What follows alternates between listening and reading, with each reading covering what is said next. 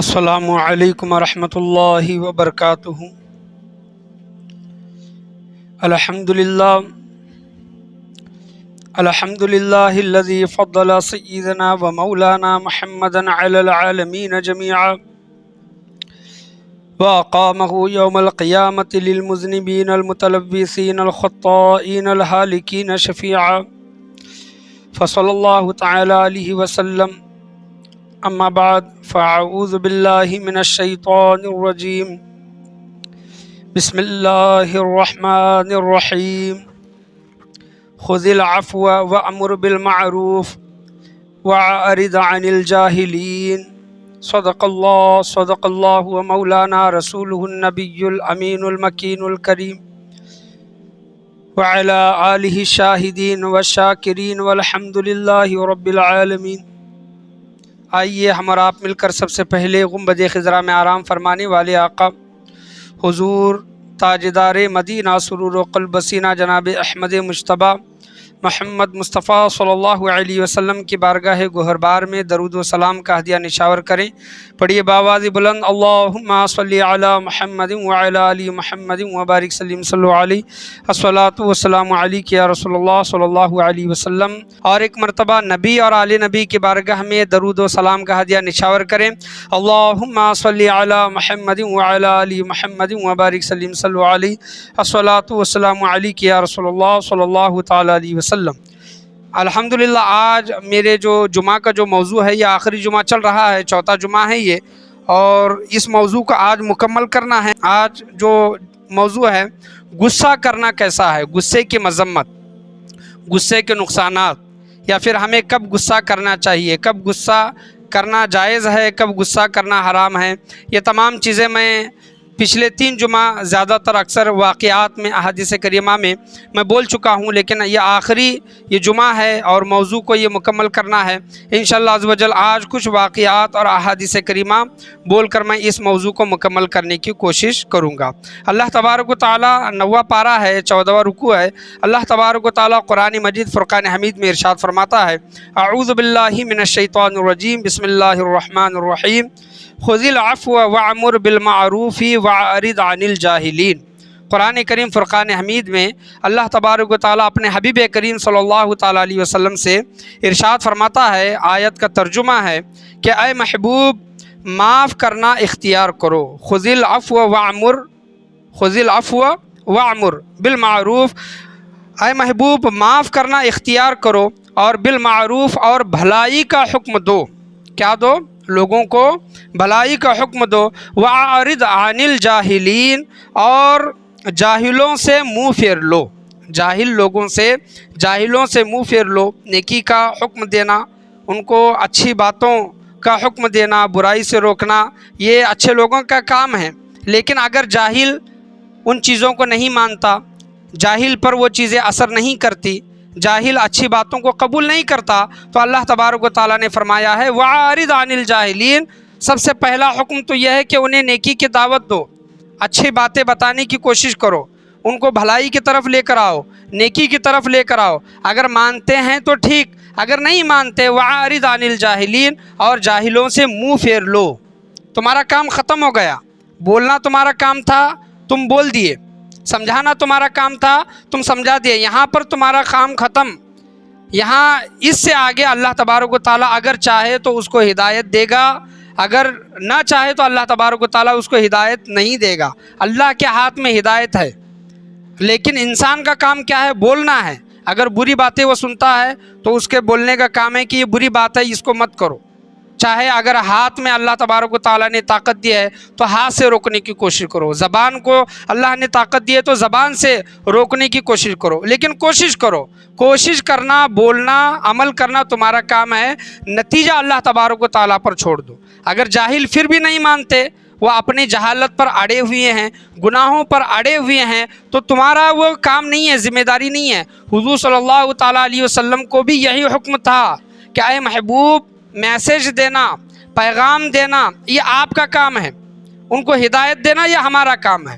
تو ہمارا بھی یہ امت محمدی کا یہ فریضہ بنتا ہے کہ ہمارے اوپر فرض ہے کہ لوگوں کو نیکی کی دعوت دو، جیسا کہ اللہ تبارک و تعالیٰ قرآن مجید فرقان حمید میں فرماتا ہے وَأْمُرْ بِالْمَعْرُوفِ، اور بھلائی کا حکم دو۔ یہ اللہ تبارک و تعالیٰ نے قرآن مجید فرقان حمید میں ارشاد فرمایا ہے۔ تو غصے کے متعلق، غصے کی مذمت اور غصے کے نقصانات اور غصہ کرنا کیسا ہے، اس موضوع کو لے کر بیان چل رہا تھا کہ دیکھیں کہ یہ غصہ زیادہ تر انسان کا نقصان ہی کراتا ہے، فائدہ بہت کم ہوتا ہے، نقصان بہت زیادہ ہوتا ہے۔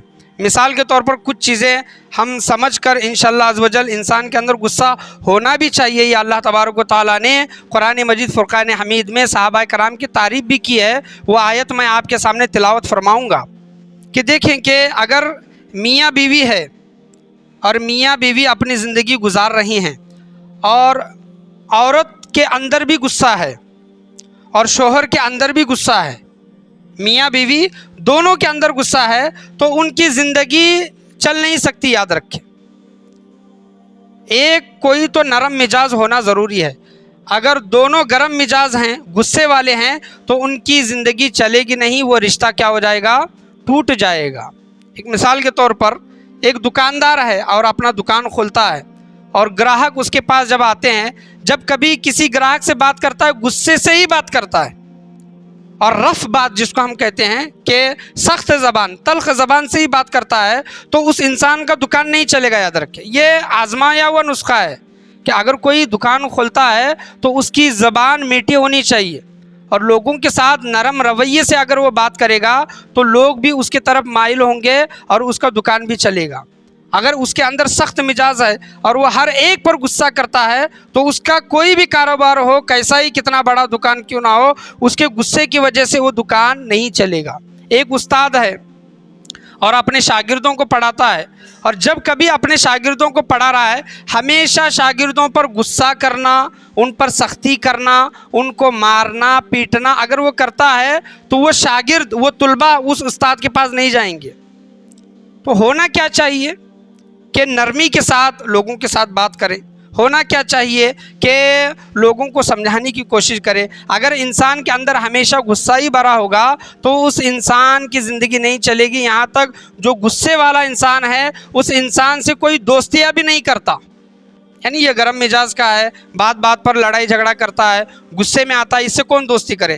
یہ کچھ چند مثالیں میں نے آپ کے سامنے بیان کرنے کی کوشش کی ہے۔ اسی وجہ سے اللہ تبارک و تعالیٰ قرآن مجید فرقان حمید میں ارشاد فرماتا ہے خذ العفو وامر، اے محبوب لوگوں کو معاف کرنا اختیار کرو، لوگوں کو معاف کرنا سیکھو۔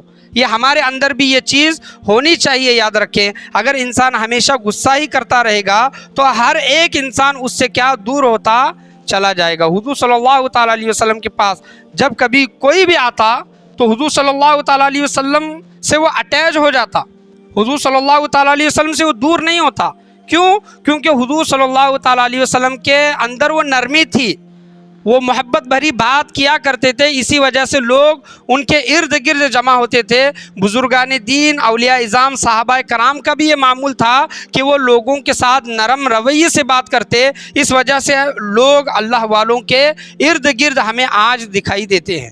تو یہ کیا چیز ہے کہ نرم مزاجی، لوگوں کو معاف کرنا، لوگوں کے ساتھ حسن سلوک سے بات کرنا، یہ لوگوں کو اپنے طرف کھینچتا ہے، لوگوں کو اپنے طرف بلاتا ہے۔ لیکن بعض اوقات انسان کے اندر غصہ ہونا چاہیے، اور غصہ ہونا یہ بھی ایک ایمان کی علامت ہے، ایمان کی علامت ہے۔ امام شافعی رحمۃ اللہ علیہ بیان کرتے ہیں کہ ان کا قول ہے امام شافعی کا، جس کو غصہ دلایا جائے، امام شافعی کہتے ہیں کہ اگر کسی انسان کو غصہ دلایا جائے، جس کو غصہ دلایا جائے اور وہ انسان کو غصہ نہ آئے، تو امام شافعی کہتے ہیں کہ وہ انسان گدھا ہے۔ کیا ہے؟ وہ انسان گدھا ہے۔ اور امام شافعی آگے کہتے ہیں کہ جس میں غصہ اور غیرت، غیرت کہتے ہیں نا کہ میری غیرت کو یہ گوارا نہیں، میرے ضمیر کو یہ گوارا نہیں، تو امام شافعی کہتے ہیں کہ جس میں غصہ اور غیرت کی قوت بالکل نہیں ہے، انسان کے اندر غیرت ہی نہیں ہے، تو امام شافعی رحمۃ اللہ علیہ بیان کرتے ہیں کہ وہ بالکل ناقص ہے۔ ناقص، ناقص کے معنی ادھورا جس کو کہتے ہیں، ایک ہوتا ہے کامل، ایک ہوتا ہے ناقص، وہ انسان ناقص ہے۔ تو انسان کے اندر غصہ ہونا چاہیے۔ اللہ تبارک و تعالیٰ صحابہ کرام کے غصے کے متعلق سورہ فتح میں ارشاد فرماتا ہے، ان کی اور بھی صفتوں کا تذکرہ اللہ فرماتا ہے، لیکن ایک شے کا اللہ تبارک و تعالیٰ ارشاد فرماتا ہے کہ اشداء علی الکفار رحماء بینہم، اشداء علی الکفار رحماء بینہم۔ صحابہ کرام کے غصے کا اللہ تبارک و تعالیٰ یہاں پر تذکرہ فرما رہا ہے۔ صحابہ کرام کی عادت یہ ہے کہ صحابہ کرام کفار پر، کافروں پر سخت ہیں اور آپس میں نرم دل ہیں۔ محمد الرسول اللہ صلی اللہ علیہ وسلم اشداء علی الکفار رحماء بینہم، یہ اللہ تبارک و تعالیٰ نے سورہ فتح میں، یہ اللہ تبارک و تعالیٰ نے صحابہ کرام کے غصے کا تذکرہ کیا ہے۔ تو انسان کے اندر غصہ ہونا ضروری بھی ہے، لیکن وہ غصہ کب باہر آنا چاہیے، کب غصے پر کنٹرول کرنا چاہیے۔ اللہ نے جو ارشاد فرمایا ہے کہ والکاظمین الغیظ، غصے کو پی جایا کرو۔ اللہ نے یہاں پر غصے کو پینے کا حکم دیا ہے، قابو کرنے کا، کنٹرول کرنے کا حکم دیا ہے، غصے کو ختم کرنے کا حکم نہیں دیا، کیونکہ غصہ ختم ہونے والی چیز نہیں ہے، یاد رکھیں۔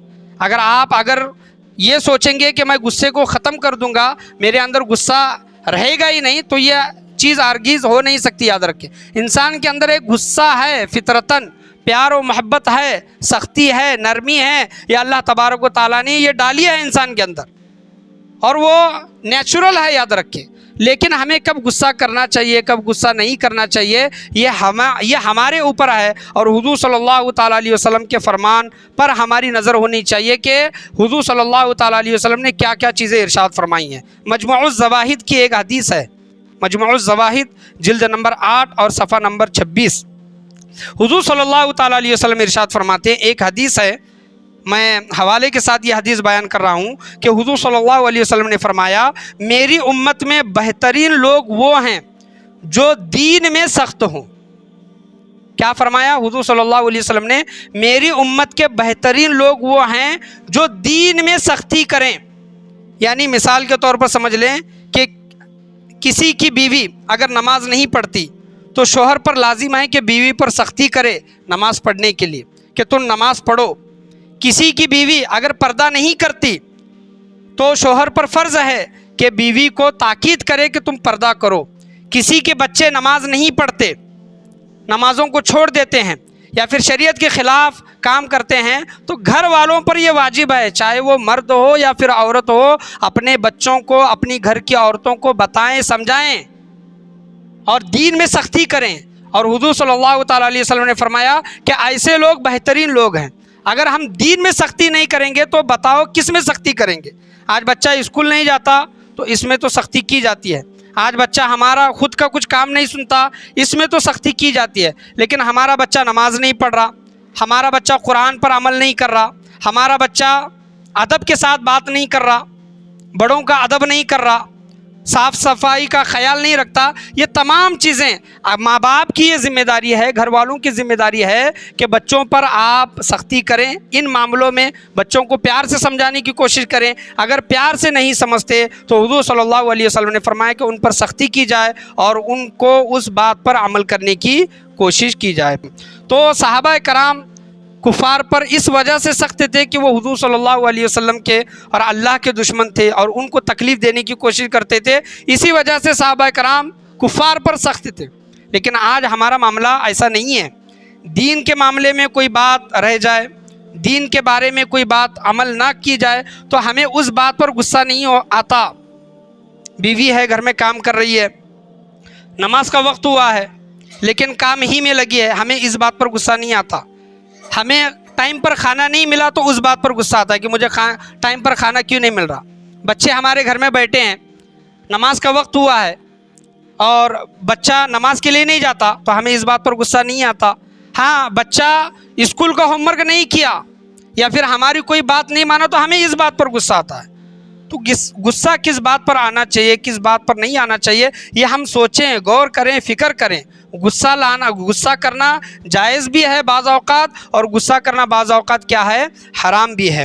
کچھ واقعات میں آپ کے سامنے بیان کروں گا کہ دیکھیں کہ حضرت علی رضی اللہ تعالیٰ عنہ کا ایک واقعہ ہے، اور غصہ کس کی وجہ سے ہونا چاہیے؟ اللہ کی رضا کے لیے، اللہ کو راضی کرنے کے لیے غصہ ہونا چاہیے۔ اگر اللہ کو راضی کرنے والا وہ غصہ نہیں ہے تو یاد رکھیں کہ وہ غصہ جائز نہیں ہے، چاہے وہ کسی بھی فیلڈ میں ہو, کوئی بھی معاملہ ہو, غصہ جو ہمیں آتا ہے وہ صرف اور صرف اللہ کی رضا کے لیے, اللہ کو راضی کرنے کے لیے ہمیں وہ غصہ آنا چاہیے. حضور صلی اللہ تعالیٰ علیہ وسلم نے ارشاد فرمایا ہے کہ تمہاری اگر دوستیاں ہیں, تم اگر کسی سے دوستی اگر کرو تو صرف اللہ کو راضی کرنے کے لیے دوستی کرو, نہ کہ یہ میرا دنیا میں فائدہ دے گا, یہ میرا رشتہ دار ہے, اگر میں دوستی نہیں کروں گا تو یہ میرا نقصان کرے گا. نہیں, تمہاری دوستیاں کس وجہ سے ہونی چاہیے؟ اللہ کے لیے. اور تمہاری دشمنیاں بھی جو ہونی چاہیے وہ بھی اللہ کے لیے.